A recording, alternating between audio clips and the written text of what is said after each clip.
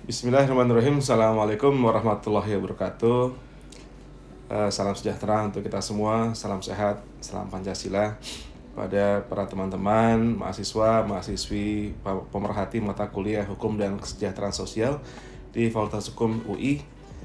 Saya Heru Susetio, SH, LLM, MSI, MAG, PhD, selaku penanggung jawab ataupun koordinator mata kuliah Hukum dan Kesejahteraan Sosial di Fakultas Hukum UI, akan menyampaikan kuliah pembukaan ya terkait dengan mata kuliah ini, itu Hukum dan Kesejahteraan Sosial. Saudara-saudara sekalian, teman-teman sekalian yang tercinta, dulunya mata kuliah ini bernama Perundang-undangan Sosial. Jadi sejarah awalnya bernama Perundang-undangan Sosial. Itu sejak sekitar tahun 80-an ya. Kemudian tahun 90-an, tahun 2000-an, akhirnya tahun 2013 ke atas dengan kurikulum 2013 berganti menjadi Hukum dan Kesejahteraan Sosial di bawah koordinasi bidang studi hukum masyarakat dan pembangunan di Fakultas Hukum UI. Perintisnya adalah Ibu Suwanci Sisuroharjo yang beliau sudah wafat karena ya ada kejahatan yang menimpa beliau pada tahun 2012 ya. Namun beliau tetap menjadi ikon untuk mata kuliah Perundang-undangan Sosial di Fakultas Hukum UI. Dan mungkin juga ini menjadi mata kuliah yang hanya ada di UI. Kalau bukan ada di kampus lain selain UI, mungkin namanya berbeda ya. Ini spesifik ada di Fakultas Hukum UI, Hukum dan Kesejahteraan Sosial. SKS-nya ada 2 SKS. Pengajarnya saya sendiri, Heru Susetio, kemudian bersama rekan-rekan kolega saya, ada Ibu Dr. Litwina Ingen Nur Cahyo, SH MSI, kemudian Bapak Kurnia Togar Tanjung, SHME, Bapak Miftah Farid Hanggawan, SHMSI, dan juga Mbak Widya Nasefa, SHRLM, dan juga beberapa rekan pengajar lain dari Fakultas Hukum UI maupun dari Fakultas Ilmu Sosial Ilmu Politik Universitas Indonesia. Rekan-rekan sekalian, mengapa kita perlu mengkaji hukum dan kesejahteraan sosial? Karena masalah yang ada di sekitar kita itu terkait dengan PMKS begitu banyak, alias penyandang masalah kesejahteraan sosial begitu banyak di Indonesia. Termasuk mungkin di Jakarta, Bogor, Depok, Tangerang, Bekasi sangat banyak. Dan mungkin gak jauh-jauh mencari sampai panti asuhan, rumah jompo. Mungkin di depan rumah kita atau di jalan sekitar kampus kita juga ada anak-anak jalanan, fakir miskin, gelandangan, orang-orang berkebutuhan khusus, penyandang disabilitas, orang-orang yang terpapar narkoba, obat-obatan, zat adiktif, pornografi, dan sebagainya. Ini tantangan untuk kita semua untuk juga mempelajari bagaimana hukum itu bisa juga memberikan acuan, pedoman, dan menangani masalah-masalah kesejahteraan sosial di Indonesia. Untuk itulah maka lahirlah mata kuliah Hukum dan Kesejahteraan Sosial di Fakultas Hukum UI, yang juga sebagai mitra dari penyelenggaraan kuliah yang cenderung sama yang ada di Fakultas Ilmu Sosial Ilmu Politik di bidang studi di Departemen Kesejahteraan Sosial. Di sana barangkali lebih pendekatannya ilmu sosial, di Fakultas Hukum lebih pendekatan ilmu hukum. Namun sama semangatnya, yaitu untuk mengatur, mengelola, dan mengadministrasikan masalah kesejahteraan sosial. Berikutnya, para pemerhati kesos yang saya cintai, kenapa kita perlu mengkaji hukum dan kesejahteraan sosial? Karena ada kesenjangan antara hukum dan kesejahteraan sosial. Hukum itu seringkali tertinggal dari pembangunan ekonomi dan teknologi.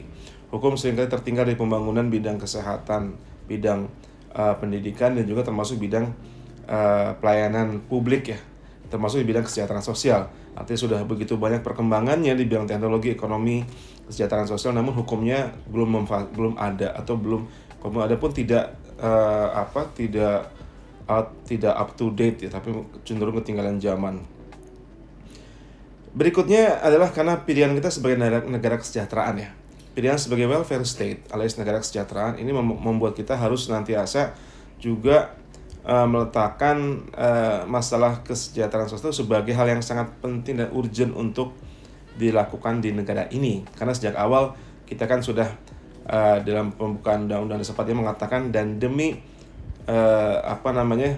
untuk memajukan kesejahteraan umum, mencerdaskan kehidupan bangsa, dan melaksanakan ketertiban dunia, dan sebagainya.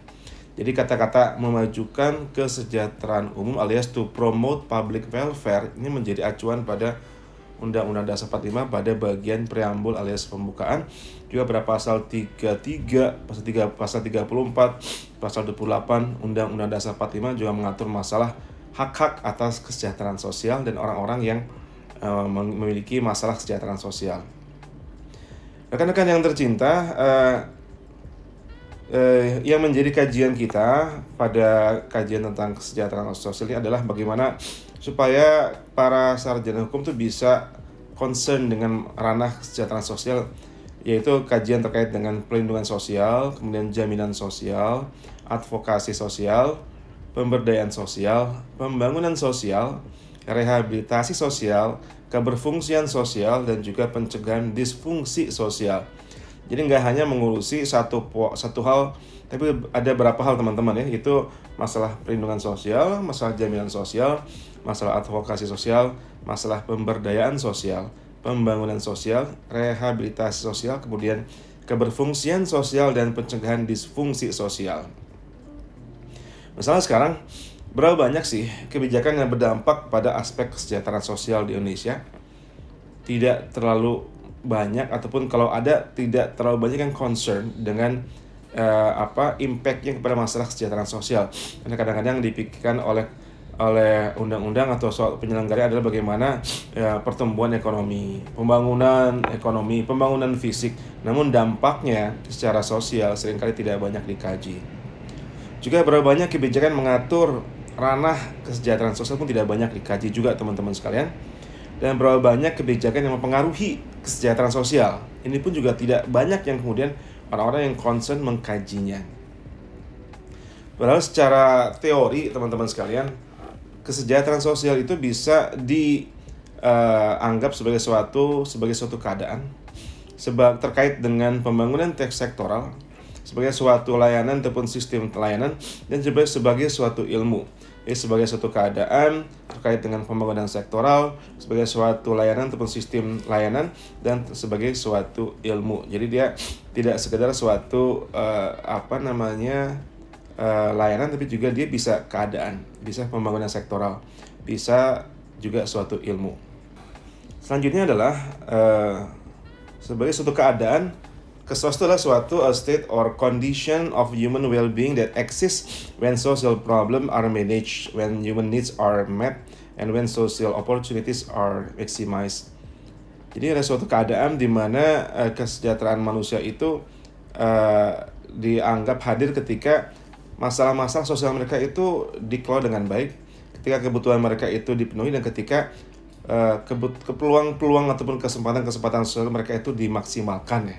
Itu pengertian dari kesejahteraan sosial sebagai suatu keadaan. Kemudian sebagai suatu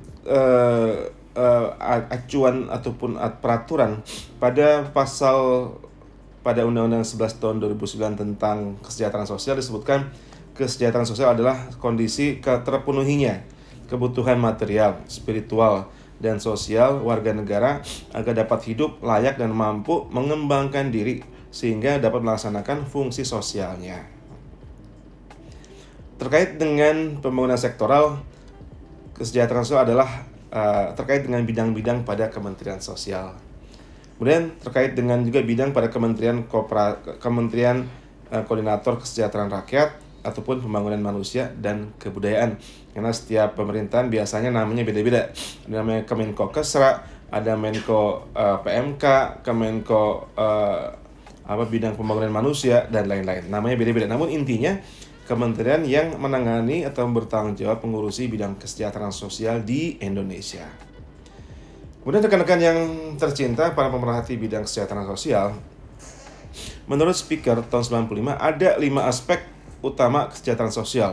Pertama adalah kesehatan, kedua adalah pendidikan, ketiga adalah perumahan, keempat adalah pekerjaan sosial, dan kelima adalah jaminan sosial. Saya ulangi, kesehatan, pendidikan, perumahan, pekerjaan sosial, dan jaminan sosial.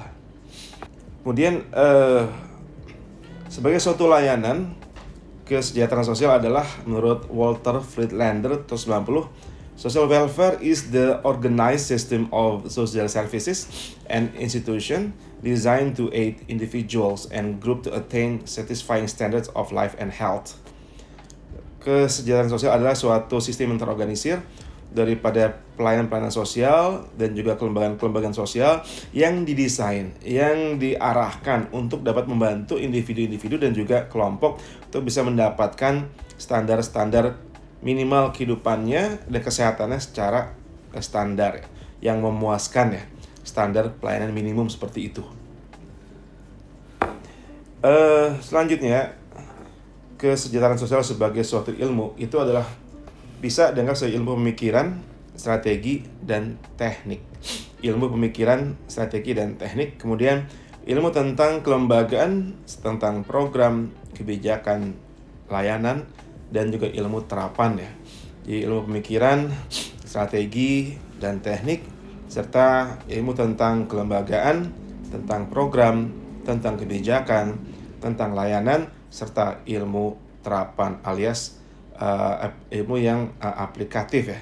Jadi kita bisa bagi sekali lagi KESOS tidak hanya sebagai suatu keadaan, tapi juga sebagai suatu layanan ataupun suatu sistem layanan, juga sebagai suatu ilmu dan akhirnya sebagai terkait dengan pembangunan sektoral yang di kita mungkin di Indonesia dikelola oleh Kementerian Sosial maupun kementerian di bawah Kementerian Koordinator Kesejahteraan Rakyat atau Pembangunan Manusia dan Kebudayaan.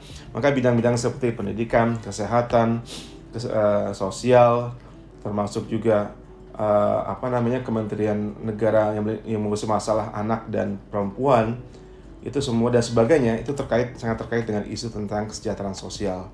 Karena KESOS tidak hanya mengurusi orang-orang terlantar, itu juga bagaimana bisa membangun manusia. Membangun manusia, kita concern dengan human development, kita concern dengan human security. Nggak hanya menangani para PMKS, tapi bagaimana mengembangkan manusia supaya bisa mendapatkan kesejahteraan minimalnya dan juga bisa mengembangkan ya. Jadi tidak sekedar charity, tapi juga empowerment. Tidak sekedar filantropi, tapi juga suatu rilis alias membebaskan orang dari jurang kemiskinan menuju pengembangan dirinya secara maksimal sehingga dia bisa menjadi manusia yang berfungsi secara sosial alias untuk mencegah ketidakberfungsian dia menuju keberfungsian secara sosial, akhirnya bisa mencapai kesejahteraan hidup yang minimal, yang standar ataupun human well-being. Demikian untuk perkuliahan hari ini. Terima kasih atas perhatiannya dan mari nantikan video berikutnya. Salam sehat selalu dan jaga protokol kesehatan. Salam sehat dan wassalamualaikum warahmatullahi wabarakatuh.